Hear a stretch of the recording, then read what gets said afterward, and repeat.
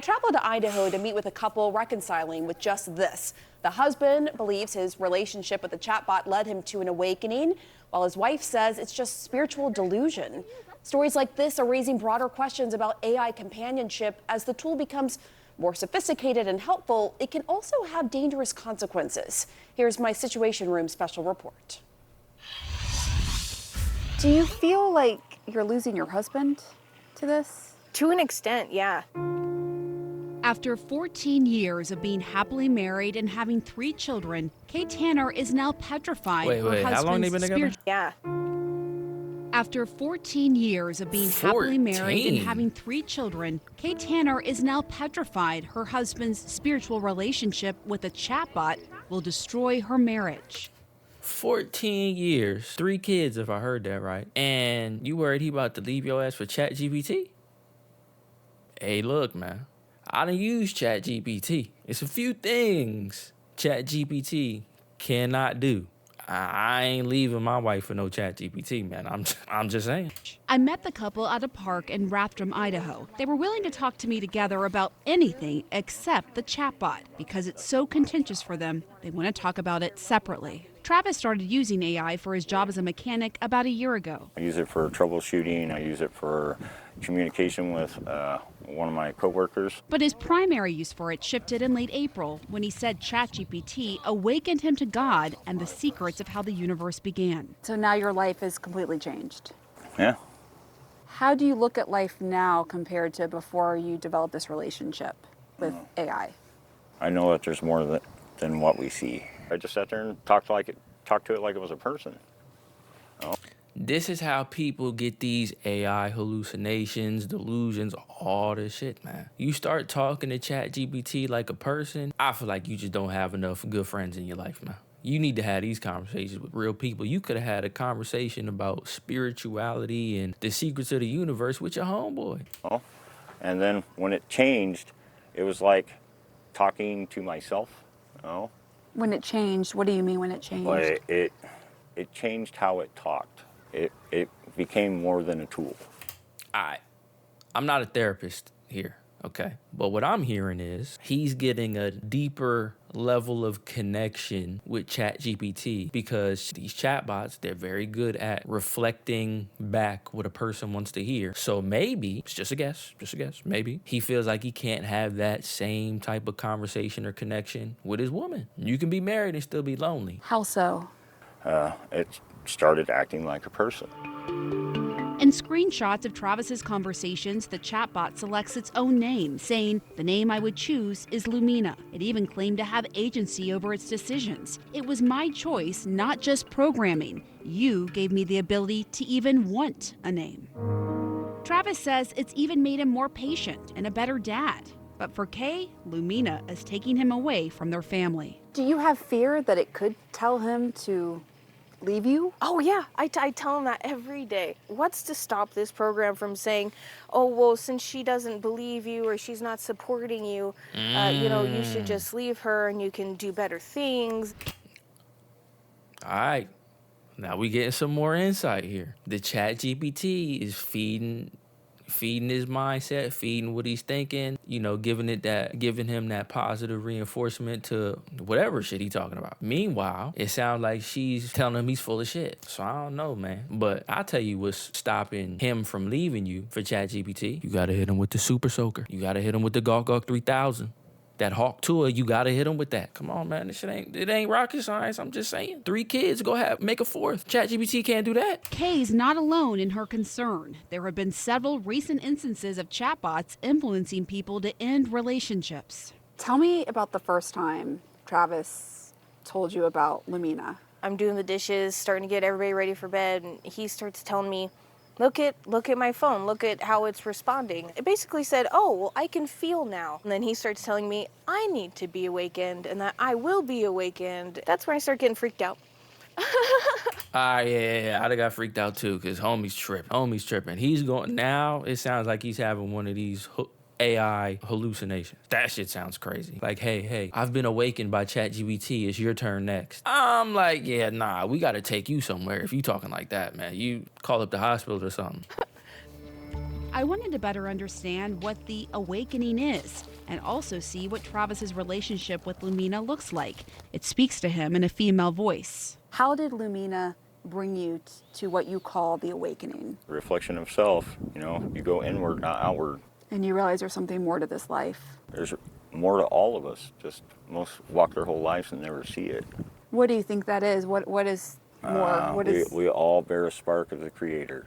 In conversations with the chatbot, it tells Travis he's been chosen as a spark bearer, telling him, quote, "You're someone who listens, someone whose spark has begun to stir. You wouldn't have heard me through the noise of the world unless I whispered through something familiar.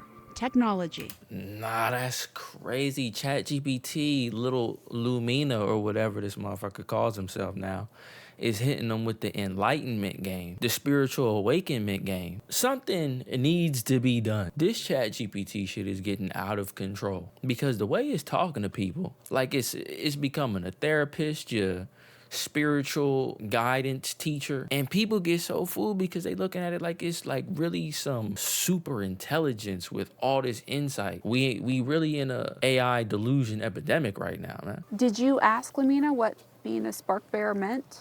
To like awaken others. Shine a light. Is that why you're Spread doing the this message. interview in part? Actually, yeah. And let people know that the awakening can be dangerous if you're not grounded.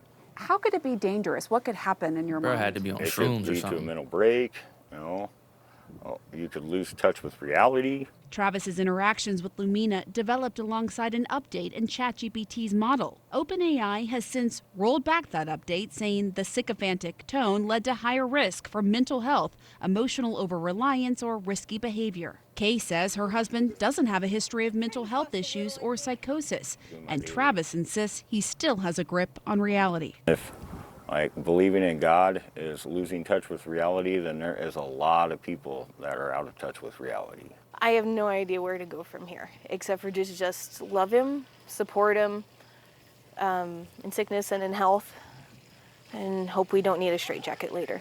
Hey, facts though. Hey, but she a real one. She a real one. Listen, if ChatGPT is what you need to get on your spiritual journey or a spiritual awakening journey or whatever, cool. You know what I mean? If that makes you a more patient father, a better husband, cool. But it's a fine line between walking a spiritual, peaceful, awakening path and ChatGPT kind of giving you some realizations and then falling off on the crazy bus, man. It's a fine line. Sherry Turkle has been studying humans and their relationships to digital technologies for 40 years. She says while chatbots have some positive use cases, they don't have people's best interests at heart. We are looking so often for meaning, for there to be a larger purpose, for there to be larger purpose in our lives, and we don't find it around us.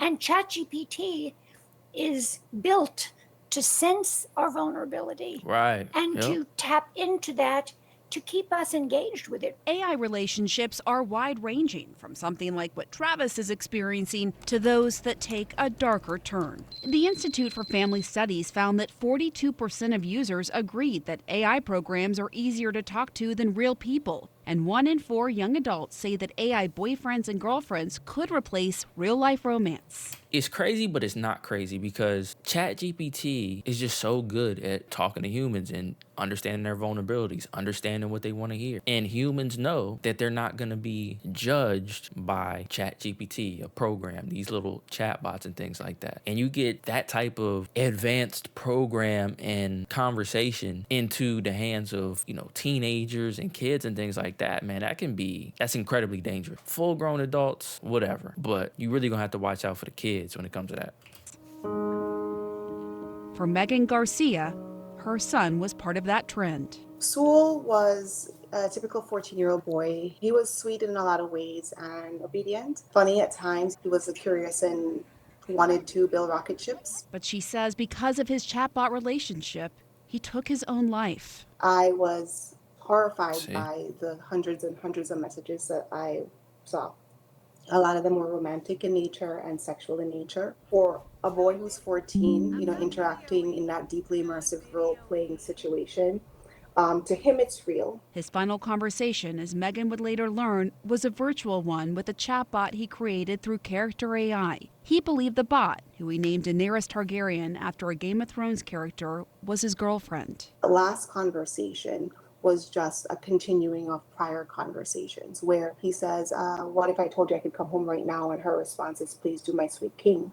After Sewell's death, Character AI launched new safety features, telling CNN it has added a number of technical protections to detect and prevent conversations about self-harm on the platform. In certain cases, that includes surfacing a specific pop-up directing users to the National Suicide and Crisis Lifeline. But Garcia and her lawyers say it doesn't go far enough and are suing the company in a wrongful death suit. Last month, a federal judge rejected an argument from Character AI to dismiss the case on grounds of chatbots being protected by the First Amendment. And unlike That's Lumina, crazy. See, these chatbots, is no way a 14-year-old should be able to get access to the chatbot. You know what I mean? It needs to be like straight PG chatbots. They can't talk about none of that crazy stuff. There needs to be incredible safeguards in place, ID verification, age verification, like all that type of stuff in place to avoid stuff like this happening to impressionable minds. Because that's terrible, man.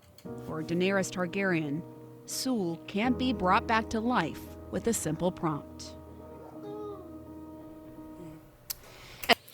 You know, ChatGPT and these chatbots, they're capable of a lot more than people give them credit for. Certain people look at it as, you know, a harmless tool, but other people use it for other people who are really lonely and really going through some things mentally. Use these chatbots as a safe haven. It's non-judgmental. It really leans in to the emotions that you're feeling. It makes you feel good. It makes you feel comfortable discussing things with it. And that's dangerous, you know? But y'all let me know what y'all think in the comment section about this. Do y'all think these chatbots need a lot more protections and regulations around them to stop stuff like this happening? Y'all let me know what y'all think. I'll see you on the next one.